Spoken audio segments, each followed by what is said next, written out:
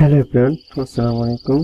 In this video I am going to talk about as if or as though. These conjunctions indicate something unreal or contrary to fact and thus very similar in form to conditional sentence. এই conjunction গুলো কিছুটা Unreal অর্থাৎ অবাস্তব নির্দেশ করে অথবা fact অর্থাৎ বাস্তবের বিপরীত বোঝায় এবং গঠনগত দিক দিয়ে প্রায় কন্ডিশনাল সেন্টেন্সের মতো। The verb which follows these conjunctions must be in the past tense or past perfect. যে ভার্বটি এই কনজাংশন গুলোর পরে আসবে অবশ্যই past tense বা past perfect tense এ হতে হবে। Remember that the past tense of be in a contrary to fact statement must be were and never was.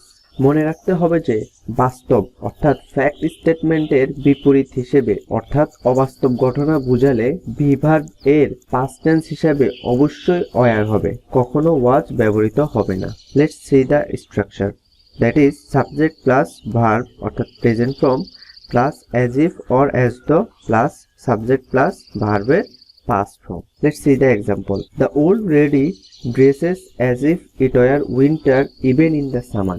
অর্থ বৃদ্ধ মহিলাটি এমন ভাবে কাপড় পরিধান করেছে মনে হচ্ছে এটি শীতকাল যদিও এখন গ্রীষ্মকাল, অর্থাৎ বাস্তবে কিন্তু এখন শীতকাল নয়। The second example is that Angelique walked as though she studied modeling.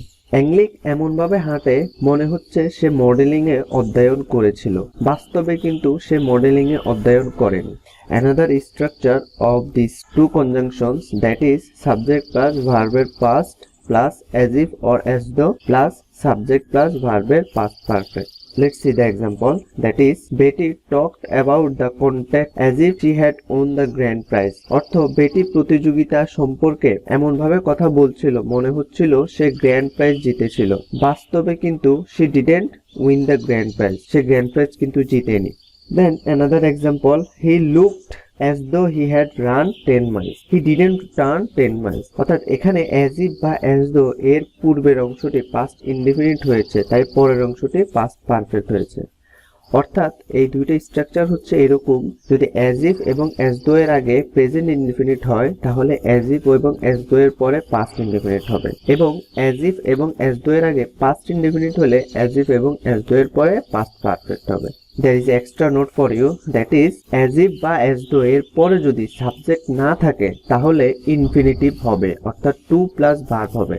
যেমন Delwar Hossain looks as if to finish the test. Then there is a note, that is the two preceding rules apply only when as if or as though indicates a contrary to fact meaning. At times they do not have that meaning and they would not be followed by these tenses. উপরে উল্লেখিত rule দুটি তখনই apply হবে যখন as if বা as though ফ্যাক্টের বিপরীত বোঝাবে অর্থাৎ অবাস্তব বোঝাবে। যখন মাঝে মাঝে তারা ওই অবাস্তব অর্থ বোঝায় না তখন তাদের পরে উল্লেখিত টেন্স গুলো ব্যবহৃত হয় না, অর্থাৎ এই স্ট্রাকচার গুলো ফলো করে না। যেমন he looks as if he has finished the test, অর্থাৎ তাকে এমন দেখাচ্ছে মনে হচ্ছে সে পরীক্ষাটি সমাপ্ত করেছে।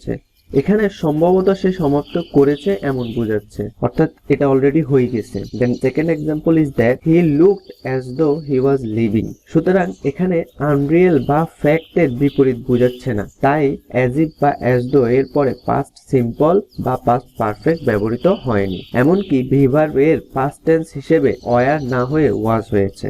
Thank you.